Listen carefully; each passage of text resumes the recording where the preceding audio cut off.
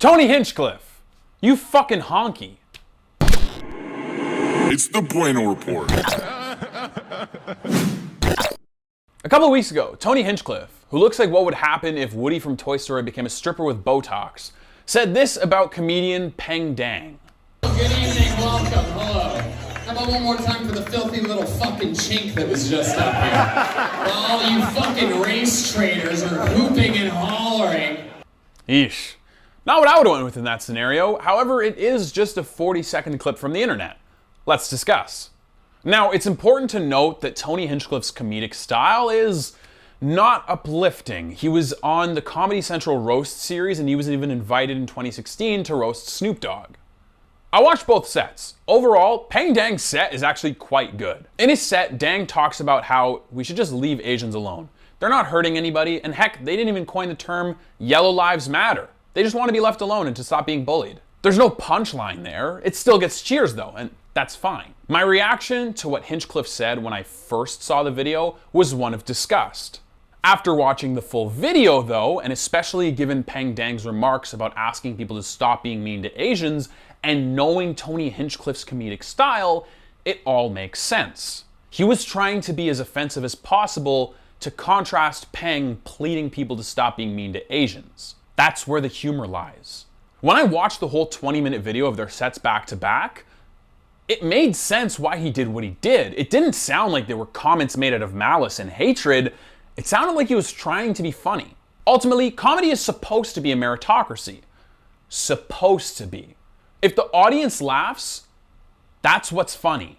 That's the barometer of success. Comedians are constantly trying to work on their act in front of live crowds in order to see what works and what doesn't. And for context, the crowd is in a liberal city in Austin, Texas. Again, if you don't think that's funny, if you don't think that makes it okay, that's fine. That's the best part about comedy. It's an art that's open to interpretation. If you don't think it was funny, if you think it was mean, if you think it was bigoted, if you think it was racist, if you think it was a function of white supremacy, that's your interpretation. Who am I to tell you that's not how to interpret what he said? That being said, that doesn't mean that's what that moment was about. Comedians are constantly working on material. Stand-up requires a lot of courage. You have to stand up in front of a bunch of people you probably don't know and make them laugh out of thin air. That's difficult to do. Because of this, you need to take risks in your act, and if you want to get better, you need to be willing to try to put yourself out there. It's a constant act of feeling things out. While I would not have made the jokes that Tony Hinchcliffe did, the audience enjoyed it, and they're ultimately there to laugh, not to have protests against hate crimes. Context is important. Comedy's entertainment, that's why the people are there. Now, when it comes to Peng Dang, he absolutely has every right to feel the way he did about what Tony Hinchcliffe said. I won't ever bang on people for how they feel, for a reactionary emotion.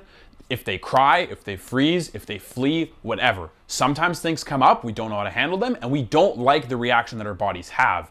That is perfectly fine, and he's not in the wrong for feeling hurt by what Tony Hinchcliffe said. Also, remember, he's seen a lot of videos go viral about hate crimes against Asians, and I would guess that he's experienced racism for being Asian. That's not only tiring, but that's incredibly traumatic to not only see that, but live that. If he is hurt though, and we know he was, he has to say something to Tony about it.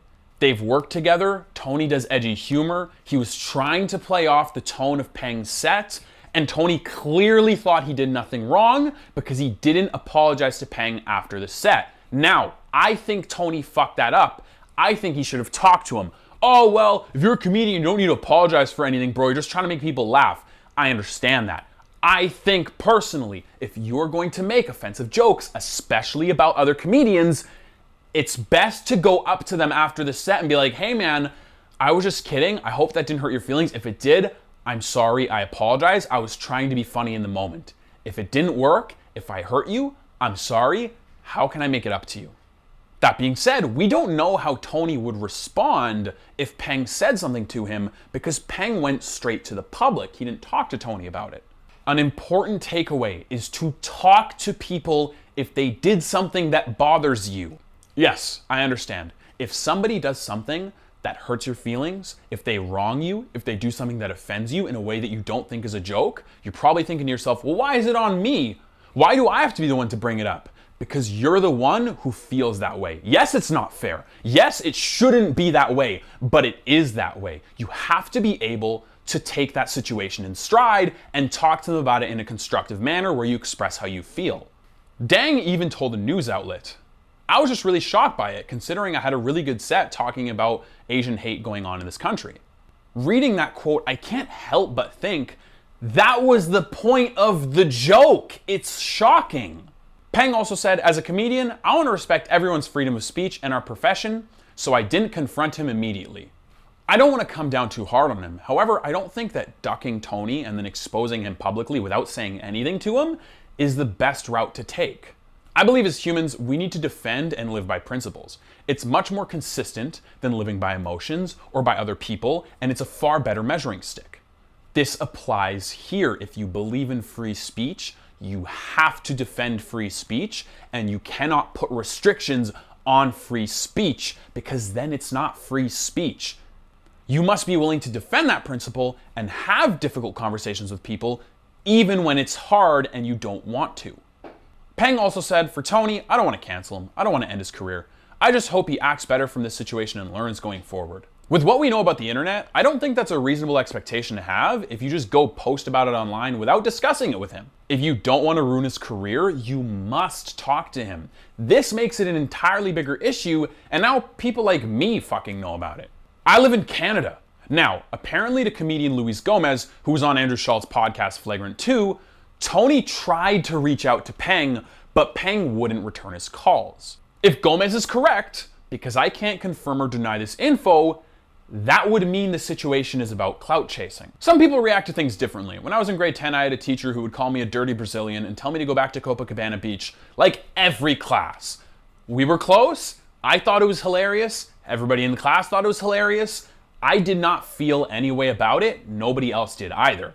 Now, if somebody found footage of that class and put it on the internet with no context, yeah, I don't want to think about the consequences.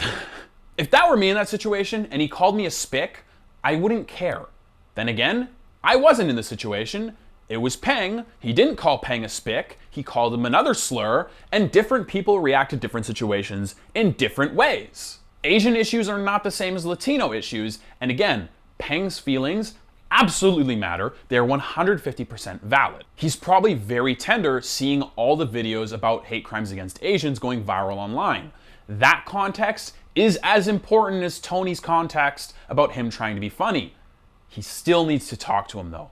That's the thing. Because if he talks to him and Tony says, fuck you, I don't give a fuck, I'm funny, you're nobody, yeah, go to the internet, I don't care that much anymore. Because he's being a dick on purpose, and that seems appropriate. If I had a chance, I'd ask Peng, and I'll actually ask you this. Do you honestly think Tony Hinchcliffe believed in what he said on stage? I have a tough time believing it was anything more than an act. If you have a chance, watch the whole set. I've linked it below in the description. Let me know what you think in the comments. Thanks, guys. It's the Bueno Report.